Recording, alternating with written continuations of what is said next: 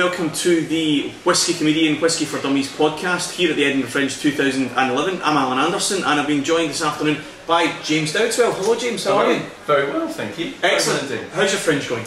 Do you know what? I'm more relaxed this year than I have been for the last 10 years. Excellent. What is it you're doing this year at the Fringe? I'm doing a solo show at the stand called Doofus, and I'm also doing a storytellers club with my girlfriend Sarah at the Pleasance Courtyard.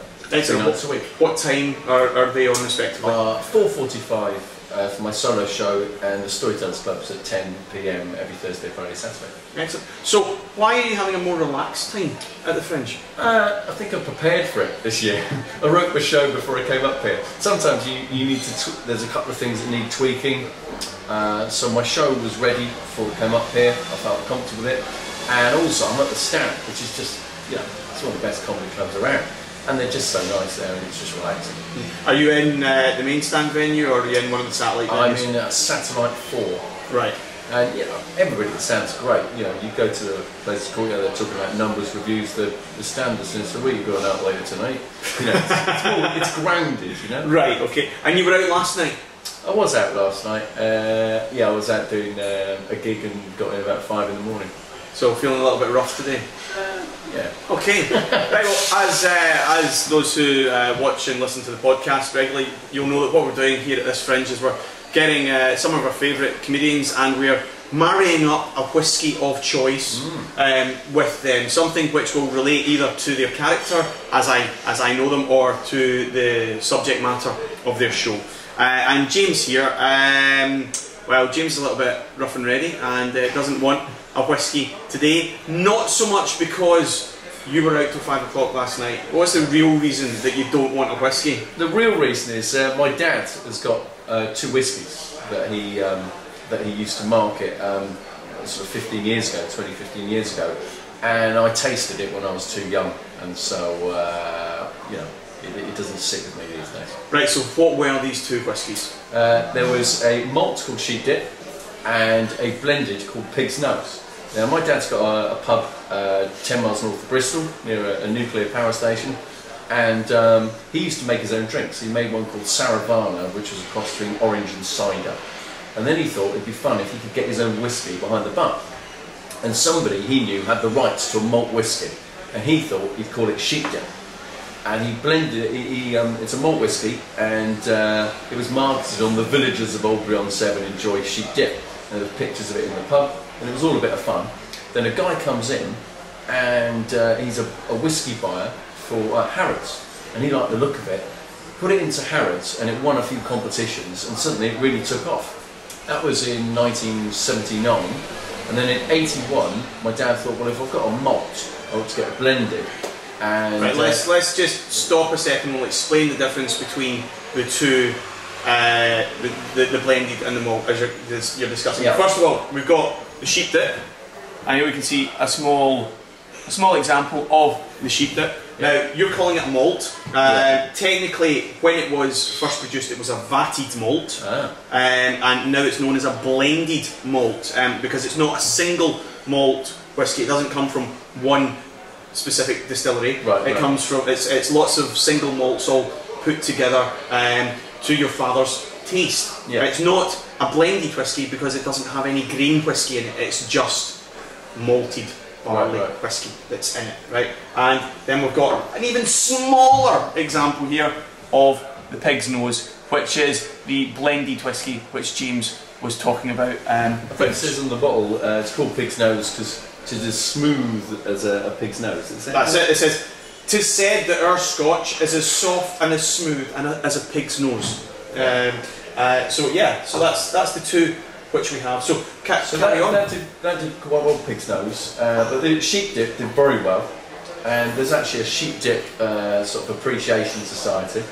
And we went on a family holiday to America. Went to San Francisco when I was 16, and we went to a place called Fog City Diner. We got up to the bar. My dad got really excited because Sheep Dip was on the optics behind the bar, and my dad just dropped it in casually that was his whiskey. Well, we never paid for the meal. The waiter gave me and my sister T-shirts, sports bags, and told us that the previous week Kiefer Sutherland, the actor, who was going out with Julia Roberts at the time, come in the Fog City Diner, and he had to be ejected after he drank half a bottle of sheep dip. Superb! So, you know, this is the stuff that Hollywood actors get jacked up on. That's brilliant! Absolutely excellent. So, you had too much of it as a young kid? Well, I tried it too early, and so, you know, so I don't really go for whiskey these days. I'm more of a, I like beer and wine. Beer and wine. So I understand the concept of whiskey because I'm a wine nerd. Mm-hmm. So you chose a beer to have today, which is the Flying Scotsman. Yep. So please feel free to enjoy your Flying Scotsman there. Scotsman. A couple of years back here at the Fringe, you did a show of a similar nature to mine. Yep. My idea is trying to get people to appreciate whiskey and bring people into the world of whiskey. Yours was all about wine. Yes, that's so correct. Tell us a bit more about that. Well, it was I got into wine. I really enjoyed the whole part of wine. I was sort of thinking, when I tell people, they were kind of going, wine, it's a bit snobbish. And I went out to Australia, and they treat wine differently. It's a drink over there. It's a local drink, and it's quite, you know, anyone drinks wine over in Australia. Whereas here, there was a kind of like a prejudice. It was a posh person's drink. So I thought I'd try and inject some fun back into wine and show people that it's not just toffs that drink it. You know, you can have fun with it. And it's one of those subjects, similar to whiskey. Once you start learning a bit, it gets bigger and bigger and bigger. You know, it's like you know, finding a wine you like, which leads you to another one, leads you to another one. It's like collecting CDs and finding out that music. Well, what I've been trying to do at the Whiskey Show is to take away the intellectualisation of the whiskey. Yeah. Too often people are afraid to try new whiskies because when they go to a whiskey tasting, they get told, "Oh, you'll be able to get a hint of vanilla or a hint of honey, or you'll get some citrus or some peat or something like that." And lots of people, that's not what they're experiencing. They're tasting whiskey, but all these subtle nuances, their palate hasn't been educated well enough to get that. So what I try to get people to do is to get the whiskey and say, right, okay, that whiskey is going to evoke emotions and memories and ambitions and desires, all that kind of thing. So what I'm going to ask you to do, you've got your Flying Scotsman there, which is a fabulous real ale.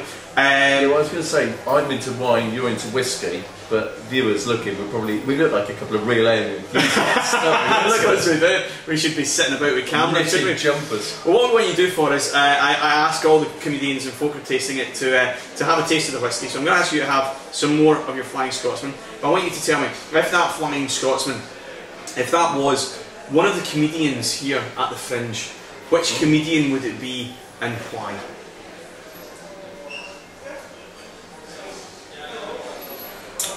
Well, I know that Dukas would have to be the Chris Ramsey or Russell Kane because it's everywhere. Okay, right, yeah, I like that. This Flying Scotsman, do you know what? This is a lovely drop. We don't see it that often, but you should do. So I would say this is kind of a Tony Law. Ah, lovely. Really nice, just nice imaginative taste, and Tony Law's on at noon, and this is a good lunchtime drink. Ah, perfect, fantastic. I saw Tony Law last night at around about 2 o'clock in the Loft Bar. I had a bottle of Tobermory 10-year-old, wow. And Tony was very reserved. He had a sniff, but he went, "I'll drink it some other night." So he's got a bottle of Tobermory waiting to be sculled. Sir Tim Fitzhyam, on the other hand, sculled almost an entire bottle of it because he got a 5-star review from Chortle that day. Well, yeah, congratulations, Sir Tim. Yeah, so anyway, thank you very, very much, James. It's been an education, and good luck with the rest of your Fringe. I will do. Tonight we've got a Storytellers Club, which we do in the Pleasance, and each day is a different theme. So tonight is the one I'm most excited about. It's secrets. No press are allowed, and you're not allowed to talk about what's been said in there. Brilliant. So that should be good fun. Excellent. Well, thanks very much. This has been the Whisky Comedian podcast here at the Whiskey Rooms on the Mound in Edinburgh. I've been joined by James Dowdeswell. I'm Alan Anderson. Thank you very much. Take care. Goodbye.